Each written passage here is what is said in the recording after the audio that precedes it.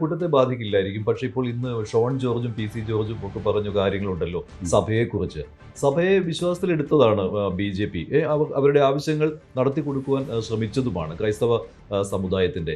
പക്ഷേ യു.ഡി.എഫിന് വോട്ട് ചെയ്യണമെന്ന രീതിയിൽ സഭാ നേതൃത്വങ്ങൾ പറഞ്ഞു എന്നുള്ളതാണ്. ബി.ജെ.പിക്ക് വോട്ട് ചെയ്യരുത് എന്നുള്ള രീതിയിൽ. അപ്പോൾ അത് ബുദ്ധിമുട്ടിച്ചിട്ടുണ്ടോ? അത് ബി.ജെ.പിക്ക് ഇവിടെ അങ്ങനെ പ്രശ്നമില്ലല്ലോ. കഴക്കൂട്ടത്തെയല്ലേ ഞാൻ ചോദിച്ചത്. അത് ബാക്കിയുള്ള സാഹചര്യം എനിക്കറിയില്ല. കാരണം ഞാൻ കഴിഞ്ഞ പ്രാക്ടിക്കലി ഒരു മാസമായിട്ട്, ഒരു മാസമല്ല, ഒരു 10-40 ദിവസമായിട്ട് ഞാൻ കഴക്കൂട്ടത്തിൻ്റെ അതിർത്തിക്ക് പുറത്തുള്ള കാര്യങ്ങളെക്കുറിച്ചൊന്നും ഞാൻ ചിന്തിച്ചിട്ടില്ല. കാരണം ഈ തെരഞ്ഞെടുപ്പിൽ ജയിക്കുക എന്നുള്ളത് ഓരോ സ്ഥാനാർത്ഥി അവരവരുടെ ഉത്തരവാദിത്തമാണ്. സംസ്ഥാന തലത്തിൽ സഭാ നേതൃത്വമായിട്ടുള്ള ചർച്ച എന്താണ്, അത്തരം കാര്യങ്ങളെക്കുറിച്ച് എനിക്ക് അറിവില്ലാത്തതുകൊണ്ട് എനിക്ക് അതിനെക്കുറിച്ച് അഭിപ്രായം പറയാൻ പറ്റില്ല. പക്ഷേ ഇത്തരം കാര്യങ്ങൾ സഭയ്ക്കെതിരെ പറയുമ്പോൾ അതിന്റെ ആവശ്യമുണ്ടായിരുന്നു. ഇപ്പോൾ ഷോണും അതൊക്കെ പ്രസിഡന്റ് തീരുമാനിക്കേണ്ടതാണോ? അതൊക്കെ പ്രസിഡന്റ് തീരുമാനിക്കേണ്ട വിഷയമാണ്, ഞാൻ പറയേണ്ട കാര്യം.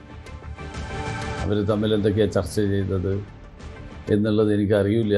അതുകൊണ്ട് ഞാൻ അഭിപ്രായം പറയേണ്ട കാര്യമില്ല. പക്ഷേ ഇപ്പോൾ ഈ കന്യാസ്ത്രീകളുടെ കാര്യത്തിലൊക്കെ ബി.ജെ.പിയുടെ ഇടപെടൽ നടന്നതാണല്ലോ. ഇപ്പോൾ FCRA വിഷയത്തിൽ ഇപ്പോൾ തന്നെ ആ ബില്ല് നടപ്പാക്കുന്നില്ല. അതും അവരുടെ ആശങ്ക കൂടി പരിഗണിച്ചുകൊണ്ടാണല്ലോ.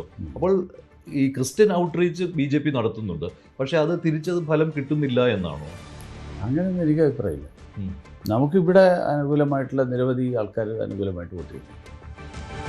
അപ്പം അങ്ങനെ ക്രിസ്ത്യൻ ഔട്ട്റീച്ച് കൊണ്ട് ഒരു പ്രയോജനം ഉണ്ടായില്ല എന്നൊന്നും എനിക്ക് തോന്നുന്നില്ല. ചില സ്ഥലങ്ങളിൽ ഉണ്ടായിട്ടുണ്ടാവില്ലായിരിക്കും. എനിക്കും അതിൻ്റെ വിശദാംശങ്ങൾ അറിയില്ല.